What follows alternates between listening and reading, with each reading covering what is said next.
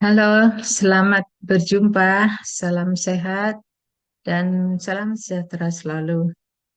Rekan-rekan peduli kopi, penggiat kopi, pecinta kopi, dan teman-teman semua. Bersama saya, Bu Susi, dari Grup Riset Coffee for Social Welfare Universitas Jember.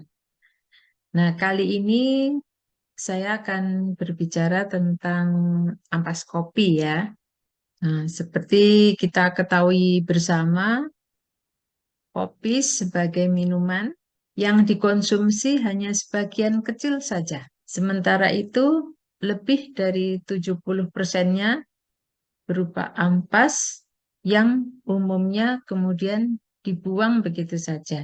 Di sisi lain, berkembangnya fenomena minum kopi sebagai lifestyle diiringi dengan menjamurnya kedai-kedai kopi di berbagai tempat, ya, di perkotaan, di desa, dan hal ini berdampak pada bertambahnya jumlah ampas kopi. Nah, kita juga tahu bahwa penghasil ampas kopi, ya, selain berasal dari kafe, dari kedai, restoran, juga dapat berasal dari ampas sisa konsumsi rumah tangga, juga dari industri minuman kopi, dan industri bubuk kopi instan. Jadi ampas kopi terdapat dalam jumlah yang berlimpah di sekeliling kita. Kali ini saya akan membahas dua hal ya, terkait ampas kopi ini. Yang pertama tentang bagaimana senyawa kimia ampas kopi, dan yang kedua bagaimana pemanfaatan dari ampas kopi. Nah, yang pertama tentang senyawa kimia dalam ampas kopi. Ya, pada dasarnya senyawa-senyawa yang terdapat dalam ampas kopi itu serupa dengan yang ada dalam bubuk kopi. Hanya saja ada senyawa-senyawa yang berkurang karena bubuk kopi diseduh dan kita memanfaatkan seduhannya untuk diminum. Ada banyak senyawa dalam ampas kopi, dan menurut berbagai riset, jumlahnya bisa mencapai ratusan jenis senyawa. Ada jenis makronutrien ya seperti karbohidrat, ya, ini ada selulosa, hemiselulosa, lignin. Kemudian ada protein, peptida, asam amino, ada lemak, ya, ada mineral, ya, ada ini kalium atau potasium, ya, magnesium, fosfor, natrium, Cu, Zn, Fe, dan lain-lain. Kemudian ada juga senyawa-senyawa hasil metabolit sekunder ya yang terdapat di dalam ampas kopi, antara lain ada senyawa fenolik. Nah, ini mungkin yang banyak dikenal ada flavonoid, ada asam klorogenat, ya, polifenol, dan lain-lain. Kemudian ada alkaloid ya yang banyak kita kenal adalah kafein. Ya. Kemudian ada juga melanoidin. Ya. Kadar senyawa-senyawa tersebut itu berbeda-beda dalam berbagai jenis ampas kopi, tergantung pada metode pembuatan bubuk dan penyajian minuman kopi. Jadi ampas bubuk dari berbagai jenis penyajian, ya, misalnya kopi tubruk atau di filter ada, atau French press atau espresso, yaitu kadar senyawa kimianya berbeda-beda. Dan kita juga sudah tahu berbagai senyawa dalam kopi, itu antara lain ada yang memiliki potensi sebagai antioksidan, antibakteri, antivirus, antiinflamasi. Ya. Nah, berikutnya kita lihat bagaimana pemanfaatan ampas kopi. Ya. Di internet ada banyak sekali ya video ataupun artikel-artikel tentang pemanfaatan ampas kopi. Jadi teman-teman saya kira bisa lihat atau baca dari internet ya. Berikut ini beberapa contoh pemanfaatan ampas kopi ya. Antara lain untuk menghasilkan energi terbarukan ya atau bahan bakar. Ini ada yang eh, dalam bentuk pelet ya, briket atau juga biodiesel ya.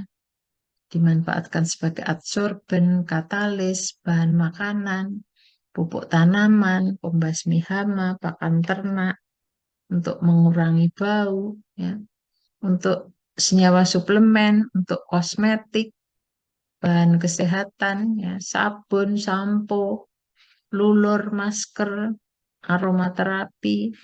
Ya, ada yang memanfaatkannya untuk menghasilkan souvenir, ya, kerajinan tangan, ya.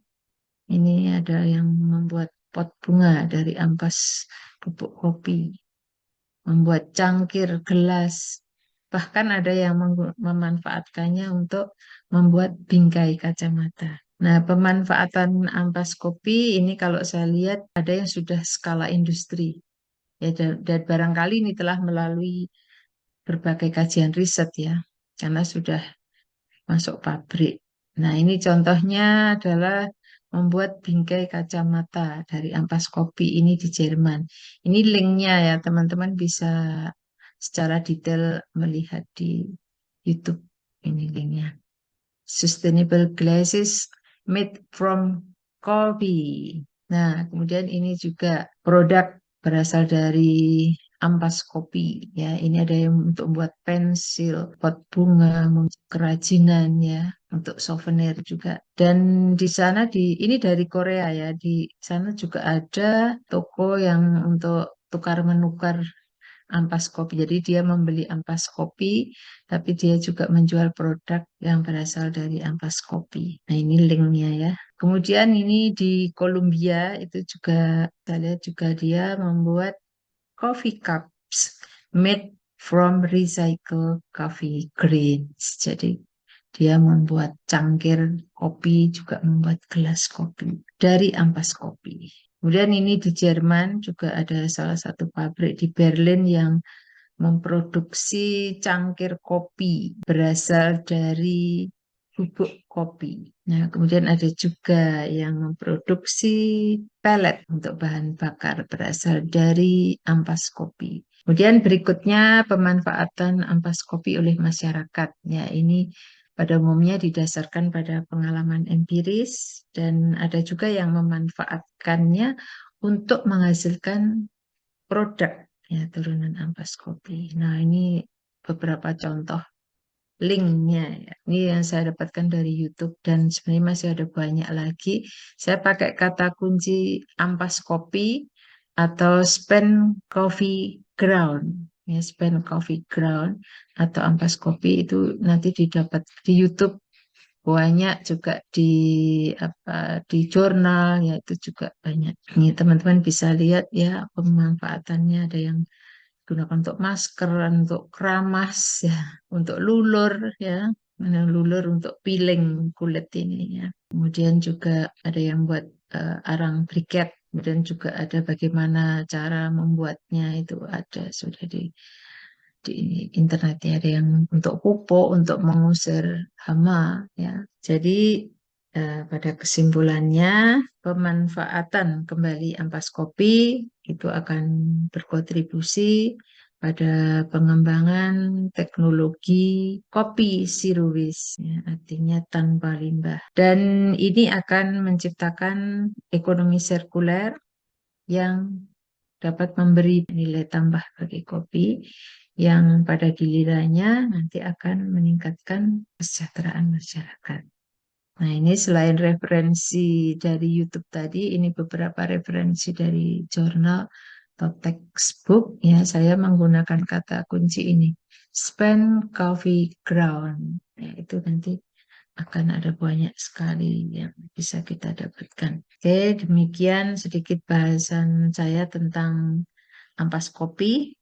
Dan tak lupa, berikut ini adalah tips minum kopi yang menyehatkan. Yang pertama, minum kopi sebaiknya cukup 1 sampai 2 cangkir per hari. Yang kedua, minum kopi sebaiknya sesudah makan. Yang ketiga, minum kopi sebaiknya pada pagi atau siang hari. Terima kasih, salam sehat, sampai bertemu kembali.